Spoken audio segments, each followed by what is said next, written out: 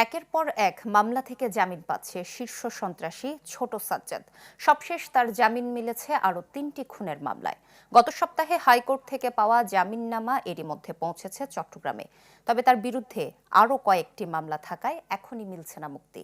বিষয়টি নিশ্চিত করেছেন চট্টগ্রাম কেন্দ্রীয় কারাগারের কারাধ্যক্ষ সৈয়দ শাহ শরীফ। তিনি জানান, বর্তমানে রাজশাহী কারাগারে রয়েছে ছোট সাজ্জাদ। সেখানে পাঠিয়ে দেওয়া হয়েছে জামিননামা। এ নিয়ে এখন পর্যন্ত মোট 7টি মামলায় জামিন পেল সাজ্জাদ, যার মধ্যে 4টি নগরের চাঁদগাঁও থানায় আর বাকি 3টি পাঁচলাইশে।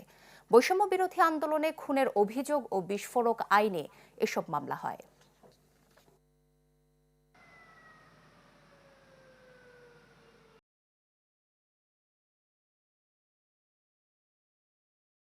নতুন এবং ফিরে আসা গ্রাহকদের জন্য নগদে চলছে ক্যাশব্যাক সহ প্রতিদিন হাজারো উপহার জেতার সুযোগ। হবে আশা আর ফেরা, সারপ্রাইজ সেরা।